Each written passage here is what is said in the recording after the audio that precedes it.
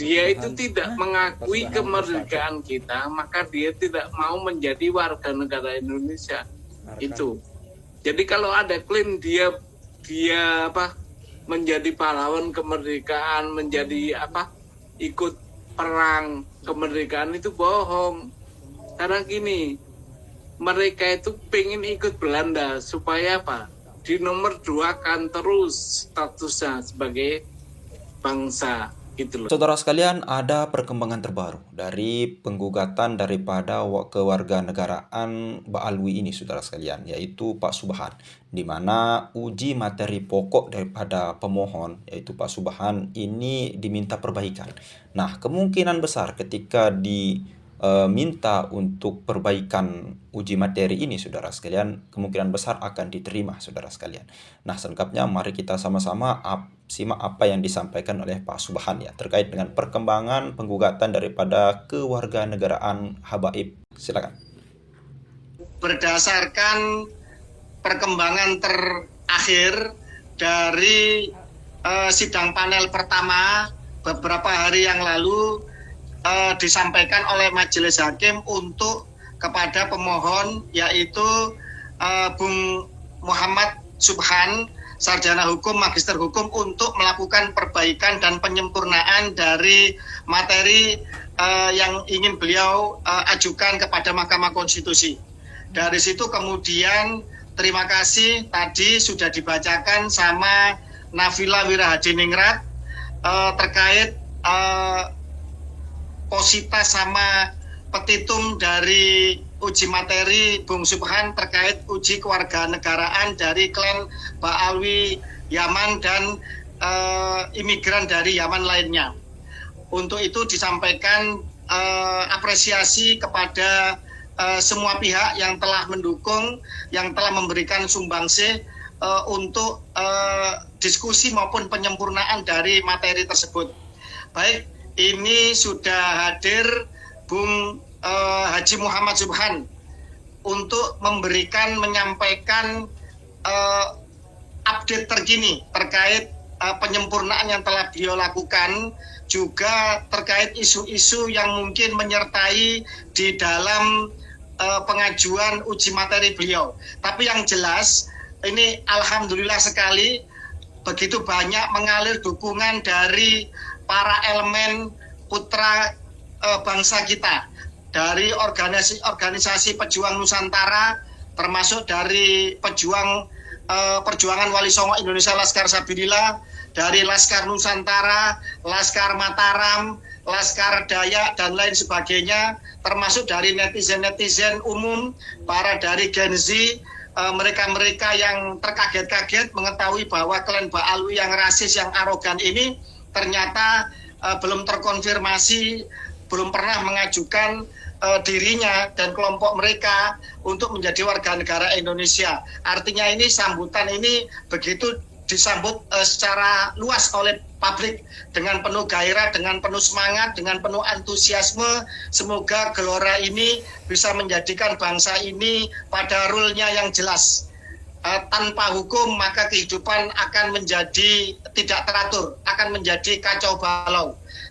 Semua para filosof sepakat bahwa negara harus ada hukum yang berlaku, dan hukum tidak bisa berlaku tanpa seiring dengan tegaknya kehidupan berbangsa dan bernegara. Karena itulah kemudian bangsa ini jangan sampai kemudian terjebak kepada ketidaksetaraan, kepada ketidakadilan, di mana untuk imigran keturunan yang lain, terutama dari etnis Cina, dulu pernah dipaksa, pernah ditekan, dipilih, disuruh untuk memilih menjadi warga negara Indonesia, mengajukan secara resmi atau dipulangkan ke negaranya. Tetapi kemudian kenapa kok etnis imigran dari Yaman kok dibiarkan? Apakah ini negara melakukan pilih kasih, tebang pilih, atau diskriminasi? Mari kita uji nanti di Mahkamah Konstitusi bagaimana jalannya sidang dan keputusan dari para majelis hakim. Untuk itu dipersilakan kepada Bung Muhammad Subhan untuk menyampaikan hasil perbaikan, kemudian diskusi dengan semua pihak dari pakar-pakar hukum yang merapat kepada beliau, yang dengan bersemangat membantu untuk sumbangsi pikiran dan juga isu-isu terkini seputar pengajuan yang beliau lakukan. Silakan Bung Muhammad Subhan. Oke, terima kasih. Assalamualaikum warahmatullahi wabarakatuh. Waalaikumsalam. Sahabatku semua, terima kasih atas paling tidak dukungan moral adanya uji material undang-undang ini. Jadi gini, menurut hakim mahkamah harus diperbaiki beberapa hal, terutama di dalam materi pokoknya dan kerugian pihak pemohon, kerugian konstitusionalnya apa. Nah, saya uraikan dulu. Kerugian secara konstitusional yang kami alami adalah dengan diikutsertakannya orang bangsa lain yang tidak memiliki pengesahan undang-undang, itu otomatis saya, pemohon, dirugikan. Kenapa? Kita yang warga negara asli, warga negara Indonesia, seharusnya mendapat kesempatan. Tapi kenapa orang lain yang menjadi kesempatan itu adalah rugi? Nah, rugi itu dijamin oleh undang-undang, kerugian itu nggak boleh ada. Karena pasal 28 itu sudah menyatakan bahwa yang dapat ikut serta dalam pemerintahan itu hanya warga negara. Sementara orang-orang lain itu yang tidak memiliki pengesahan itu statusnya orang asing atau imigran atau pendatang, apalah itu, bukan warga negara Indonesia. Nah, itu yang saya elaborasi, saya gali banyak lebar dan saya menukil tentang sistem kewarganegaraan kita menganut azas ius sanguinis atau keturunan darah. Jadi kita boleh mengaku warga negara kalau orang tua kita itu sudah warga negara Indonesia. Jadi yang dimaksud oleh hakim kemarin tuh kan menyitir penjelasan. Di situ yang dijelaskan justru hanya warga negara dari bangsa asli Indonesia. Yang untuk orang-orang lain tidak ada penjelasannya, artinya final, dia harus dengan pengesahan. Nah, karena pengesahan itu bersifat physically, seperti kita pegang KTP, seperti kita pegang SIM, seperti kita pegang akte lahir, seperti kita punya kakak, itu physically harus ada. Oleh karena itu, pengesahan sebagai warga negara juga harus physically ada bisa dibuktikan. Nah, oleh karena itu, saya minta kepada MK untuk mengubah orang-orang bangsa lain yang memiliki bukti pengesahan berdasarkan undang-undang sebagai warga negara Indonesia. Jadi dirubah itu. Supaya kalau nggak dirubah, kata majelis kemarin, dia bilang sama halnya saya menguji undang-undang dasar karena pasal 2 undang-undang kewarganegaraan itu bunyinya sama persis. Nah, biar nggak sama persis, maka yang tadinya orang-orang bangsa Indonesia asli dan orang-orang bangsa lain yang memiliki bukti pengesahan berdasarkan undang-undang sebagai warga negara Indonesia dirubah menjadi orang-orang bangsa lain yang memiliki bukti pengesahan berdasarkan undang-undang sebagai warga negara Indonesia. Nah, akhirnya saya rubah di situ. Terus dalam petitum juga saya meminta harus dicatatkan di lembaran negara. Nah, ini semua saya lakukan, saya padu-padankan dengan kenyataan yang pernah ada, bahwa orang bangsa lain di Indonesia, baik Arab, Cina, itu harus tunduk pada undang-undang dasar. Mereka itu disebut peranakan, harus mendapat perlakuan yang sama. Semua peranakan harus dianggap sebagai orang bangsa lain. Kenapa disebut peranakan? Itu Mr. Supomo dalam penjelasan UUD 45 yang asli itu bilang peranakan yang disebut peranakan, yaitu orang keturunan. Nah, dia itu bisa atau dapat menjadi warga negara kalau mempunyai pengesahan.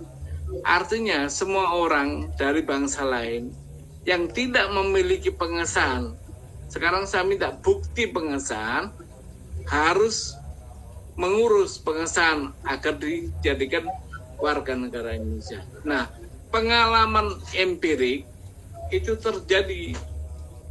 KPU waktu zaman Anies Baswedan menjadi calon presiden, itu ternyata KPU cuma minta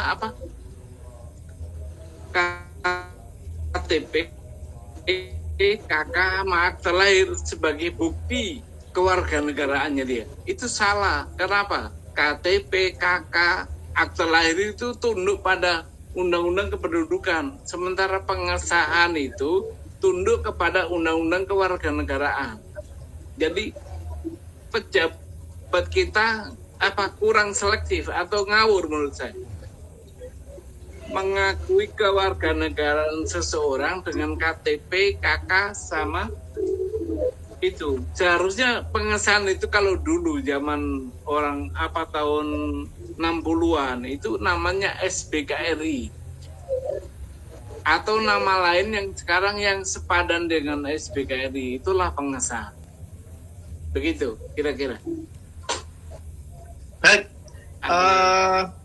tadi saya baca sekilas ada panjenengan memberikan 2 contoh konkret, misalkan terkait naturalisasi para pemain sepak bola yang akhir-akhir ini booming, viral beritanya, dan betul-betul bisa merubah wajah persepak bolaan kita secara instan dari sisi kualitas permainan. Semoga jangka panjang bisa menjadi momentum terkait kebangkitan sepak bola nasional, bahwa dengan pemain-pemain peranakan yang kemudian dinaturalisasi ini minimal bisa membawa kita menuju ke pentas Piala Dunia.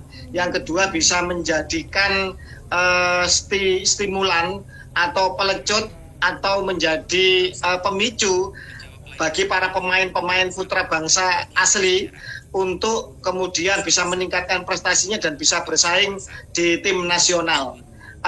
Terkait masalah hal tersebut, itu kalau nggak salah Bung Subhan, itu FIFA itu mensyaratkan bahwa mereka yang bisa dinaturalisasi adalah 3 generasi ke atas. Jadi misalkan Kapten Timnas ya, Jai Ipses itu punya ayah, kakek atau nenek ya yang berdarah pribumi. Tapi karena dia campuran atau peranakan, maka tetap dia harus melakukan proses pengajuan untuk menjadi warga negara Indonesia. Dan itu prosesnya juga karena ini keputusan politik dibantu oleh DPR dan kemudian Kemenpora dan juga menjadi atensi dari kepala negara, akhirnya bisa dipersingkat dan dipercepat. Semacam itu.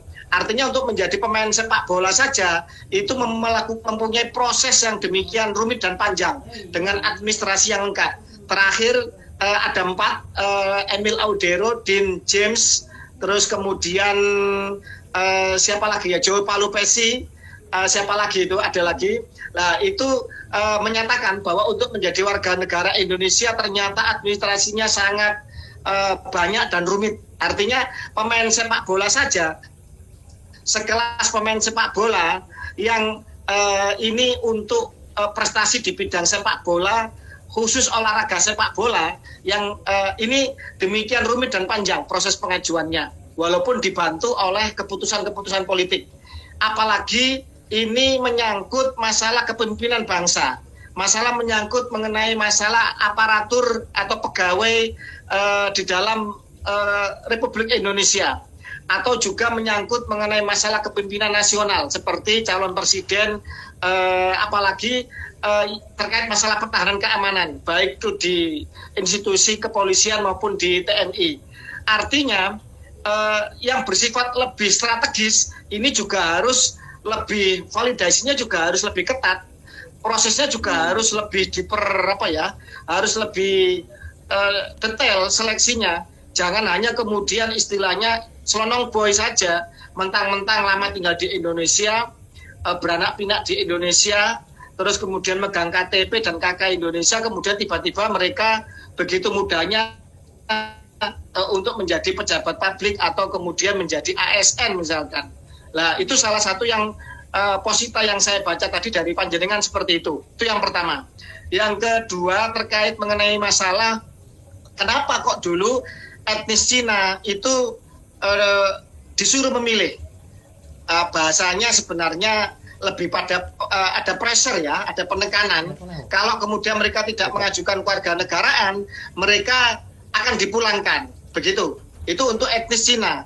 Kenapa untuk yang etnis dari imigran Yaman ini itu kok kemudian begitu permisif? Itu posita yang saya baca. Artinya ada studi kasus yang melatar belakangi petitum panjenengan. Begitu. Monggo dijelaskan, Mas Subhan. Gini, iya betul.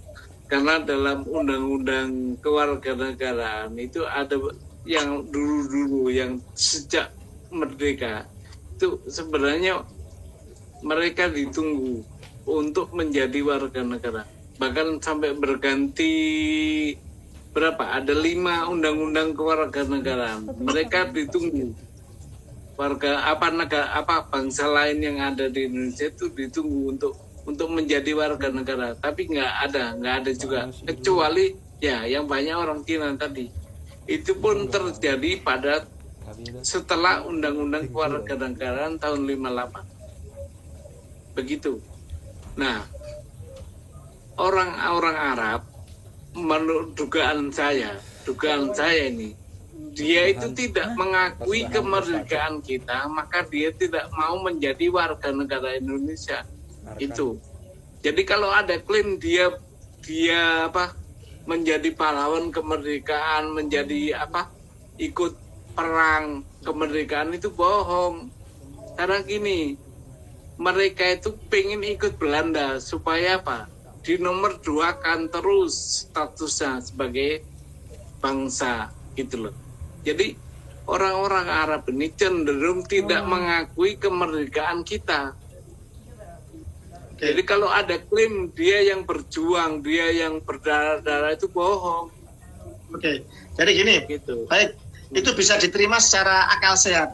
Jadi secara logis, kalau kemudian orang-orang bangsa peranakan ini betul-betul ingin ikut kepada Republik Indonesia dan mendukung kemerdekaan, harusnya mereka tanpa disuruh pun, mereka ketika ada seruan, mereka berbondong-bondong untuk mengajukan kewarganegaraan karena ingin menjadi betul-betul 100% warga negara Indonesia. Artinya tidak bercabang-cabang pemikirannya. Tidak kemudian punya pikiran mau ikut Belanda atau masih berharap kembali ke negeri leluhurnya. Kan begitu. Ternyata kalau nggak salah tahun 1947 dan tahun 1958, 2 kali ya. 2 kali bangsa ini memberi kesempatan mereka, menawarkan mereka, bahkan kemudian menghimbau untuk mengajukan kewarganegaraan, tetapi di 2 kesempatan itu mereka abai. Dan saat inilah kemudian bangsa ini ingin meluruskan sejarahnya, ingin meluruskan status kewarganegaraan mereka, dan menagih janji.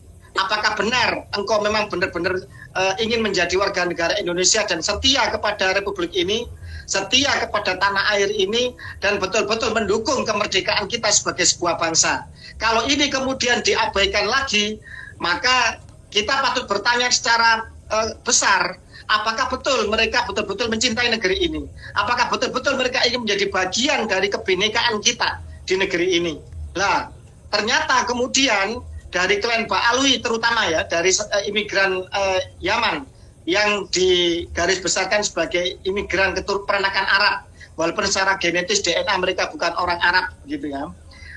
Itu ternyata mereka melanggengkan suatu supremasi kelas. Mereka ingin memuliakan rasnya di atas ras pribumi Nusantara dengan serangkaian perbudakan spiritual. yang berujung kepada kapitalisasi agama. Dan ini berbahaya bagi kehidupan kebangsaan ini, berbahaya bagi Pancasila, berbahaya bagi NKRI, berbahaya bagi Bhinneka Tunggal Ika. Dan terima kasih kepada Mas Subhan dan juga seluruh para pejuang Nusantara, para netizen yang masih peduli dan cinta kepada bangsa ini, bahwa ini bukan hal yang biasa-biasa saja. Ini bukan hal yang remeh-temeh, tetapi hal yang sangat penting, strategis, krusial bagi kehidupan bangsa ini, tidak saja pada hari ini, tetapi untuk ke depan nanti. Diuji bangsa ini, apakah orang-orang yang tinggal di negeri ini betul-betul tulus ingin menjadi bagian dari keluarga besar dalam konteks warga negara Indonesia itu sendiri. Begitu. Lah, terus kemudian begini Mas Subhan, apakah kemudian adanya seolah-olah ya, dalam tanda kutip, diskriminasi ketika etnis Cina itu ditekan untuk memilih kewarganegaraan, sementara untuk warga negara Arab diabaikan? Apakah ini bisa menjadi pertimbangan bagi majelis hakim untuk istilahnya secara logis, secara secara equal ya, untuk bisa menjadi pertimbangan kuat untuk mengabulkan permohonan panjenengan? Kira-kira bagaimana menurut analisa panjenengan? Gini, menurut analisa saya, ini MK wajib mengabulkan. Kenapa? Sudah terjadi semacam itulah diskriminasi antara Arab terutama ya dengan orang-orang Tionghoa ini.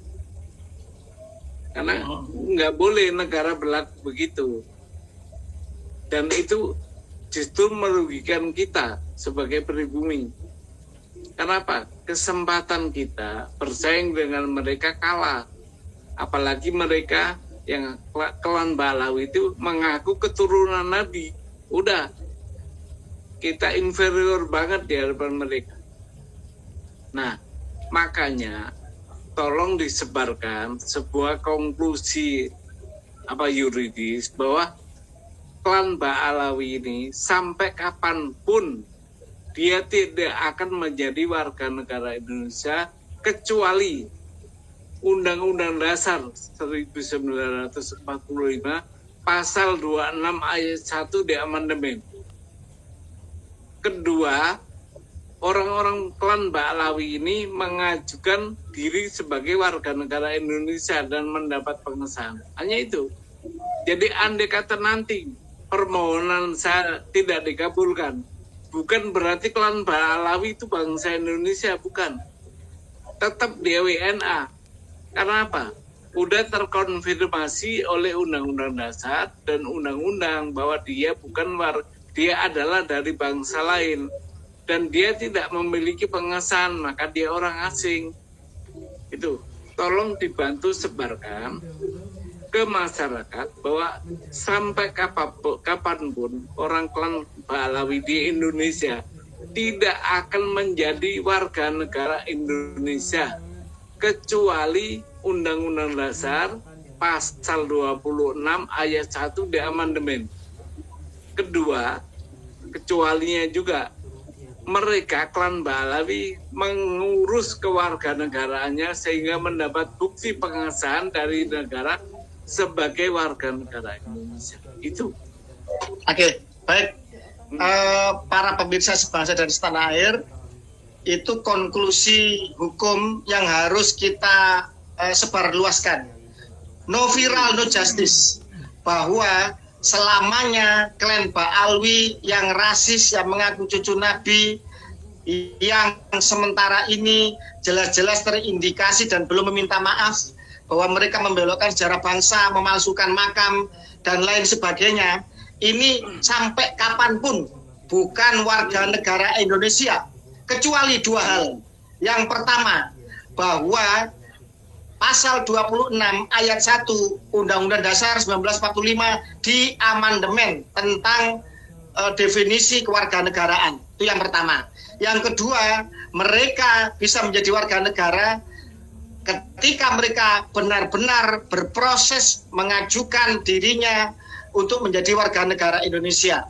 Tanpa dua hal itu, apapun yang terjadi hingga langit runtuh sekalipun, klan Ba'alwi bukan warga negara Indonesia. Oke, itu konklusi hukum yang jelas. Dan mari kita sebarluaskan kepada seluruh anak bangsa, kepada seluruh elemen, kepada seluruh pribumi Nusantara, maupun keturunan non-Pri Peranakan, termasuk dari etnis Cina dan lain sebagainya, yang mereka terbukti telah mengajukan kewarganegaraan. Artinya mereka juga berhak mempertanyakan, kenapa kok kami dulu dipaksa disuruh milih, sementara mereka klan-klan dari imigran Yaman ini dibiarkan begitu saja. Ini juga menjadi pertanyaan dari semua pihak, terutama dari peranakan yang dulu disuruh untuk memilih menjadi warga negara Indonesia atau dipulangkan kembali ke negara asalnya, yaitu Cina. Terima kasih. Terus kemudian Bung Subhan, karena ini sudah viral dan kemudian menjadi beritanya menggelegar ke sana kemari, menjadi isu yang tidak saja urusan masalah nasab, tetapi urusan kebangsaan, urusan kewarganegaraan ini akan merambah kepada urusan kepentingan jabatan, kepada kepentingan aset, kepada eksistensi organisasi. Ada nggak kira-kira selentingan-selentingan bocoran bahwa mereka itu ketakutan atau berusaha untuk masuk atau melobi atau istilahnya kasak kusuk lah di sekitar proses panjenengan di Mahkamah Konstitusi? Silakan. Baik, jadi saya mendengar info halus dari Ordal MK, ada beberapa Habib yang ingin menjadi pihak ketiga dalam perkara ini. Nah, bagus, menurut saya itu bagus, konstitutif gitu loh. Jadi nanti permohonan saya ini malah diuji dengan kehadiran dia. Tapi kalau dia lewat pintu belakang, nah saya nggak terima tuh. Oke, baik. Itu. Artinya nanti ketika sidang diputuskan untuk digelar, kan begitu, itu nanti akan menghadirkan para pakar, para saksi ahli, kan begitu. Bisa dari kementerian, bisa dari legislator, demikian, kan begitu. Bisa juga dari akademisi, pakar-pakar hukum yang lain, kan demikian. Artinya ketika kemudian, artinya ketika klan Ba'alwi ingin nimbrung untuk menjadi saksi yang dihadirkan, maka ini bagus sebenarnya, bagus, karena akan terjadi perdebatan secara hukum, secara konstitusional, kan begitu. Nah, ini kita harapkan bersama, moga-moga itu terjadi.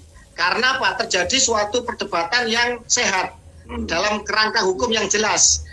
Kecuali mereka melakukan pendekatan di bawah meja atau di belakang layar. Ya ini yang harus dikawal oleh seluruh segenap warga bangsa Indonesia. Jangan sampai hal-hal itu terjadi. Dan saya yakin Mahkamah Konstitusi adalah orang-orang yang teruji, terpilih, yang punya kapasitas dan integritas yang tidak akan mudah untuk menggadaikan bangsa ini untuk kepentingan-kepentingan sesaat. Saya yakin itu. Silakan Mas Suhan. Ya, jadi gini, dalam uji ini karena yang digugat, yang dimohonkan adalah undang-undang, maka yang dipanggil oleh MK adalah pembentuk undang-undang dan pelaksana undang-undang. Apa itu? Legislator dan eksekutif, DPR dan pemerintah biasanya yang hadir. Nah, terus habis itu dipanggillah ahli untuk menjelaskan ini. Kalau ada pihak ketiga yang masuk menjadi interven atau menjadi pihak ketiga, ya monggo. Nah, saya dengar ada itu beberapa Habib yang dimotori oleh anggota dewan. Yang jadi Habib yang jadi anggota dewan. Gitu. Oke. Baik, ini bocoran yang penting. Mari kita kawal bersama, mari kita waspadai bersama, dan mari kita pantau bersama. Kita tahulah siapa Habib-Habib yang ada di anggota DPR RI ya. Ada dari PKS, ada dari PKB, dan mungkin partai-partai yang lain yang tidak perlu kita sebutkan namanya atau partainya. yang jelas telah terjadi pendekatan. Dan ini bagus, dalam ranah konstitusi bagus sekali. Dan karena apa mereka melakukan itu? Ya wajar, karena ini juga akan menyangkut terkait masalah jabatan, aset, dan organisasi-organisasi mereka. Nah, itu baik. Terima kasih. Nah, closing statement, Mas Suman, closing statement. Karena ini sudah cukup lama. Apa yang mau disampaikan? Closing statement, silakan. Saya membuat closing statement bahwa warga negara Indonesia harus bersatu untuk mendukung ini. Karena ini adalah pertaruhan antara warga negara dan orang dari bangsa lain. Nah, kalau kita ingin menjadi warga negara yang utuh sesuai Undang-Undang Dasar, wajib mendukung ini. Karena kenyataannya telah banyak orang dari bangsa lain yang tidak memiliki pengesahan sebagai warga negara diajak atau mendaftar menjadi ikut serta dalam pemerintahan Indonesia. Ini bahaya. Betapa bahayanya dia. Makanya undang-undang memagari bahwa yang ikut dalam pemerintahan itu hanya warga negara. Siapa warga negara? Orang Indonesia asli dan orang-orang dari bangsa lain yang disahkan undang-undang menjadi warga negara Indonesia. Itu. Baik. Terima kasih. Terima kasih Bung Subhan dan juga seluruh pemirsa Gus Fuad Channel GFC dan juga semua netizen yang nanti peduli untuk ikut menyebarluaskan podcast ini ke siapapun, boleh untuk mengambil atau memotong atau menyebarluaskannya dengan tujuan yang konstruktif, dan tentu saja harus pamitan, kulon wun, harus izin kepada pemilik atau admin akun GFC. Terima kasih banyak. Salam kepada warga Nusantara. Semoga ini bisa diviralkan dan disebarluaskan dan menjadi perhatian dari semua publik, pakar hukum, akademisi, baik dari legislator maupun eksekutif kita, bahwa masih ada suatu masalah kebangsaan terkait suatu klan yang sudah berapa kali ditawari untuk menjadi warga negara tetapi diabaikan, terindikasi bahwa mereka sejak dahulu tidak pernah mendukung kemerdekaan bangsa, dan dibuktikan hingga alam Indonesia merdeka sudah lebih hampir mendekati menuju ke 100 tahun Indonesia merdeka. Mereka masih bukan menjadi warga negara kita, justru enak-enakan di Nusantara. Mereka seolah menjadi majikan dari pribumi Nusantara, mengembangkan segregasi kelas, mereka menjadi rasis, mereka melakukan banyak klaim dan kejahatan di Nusantara kita. Mari kita kawal bersama, no viral, no justice. Merdeka, merdeka, merdeka. Wassalamualaikum warahmatullahi wabarakatuh. Rahayu, rahayu, rahayu Nusantara Putri.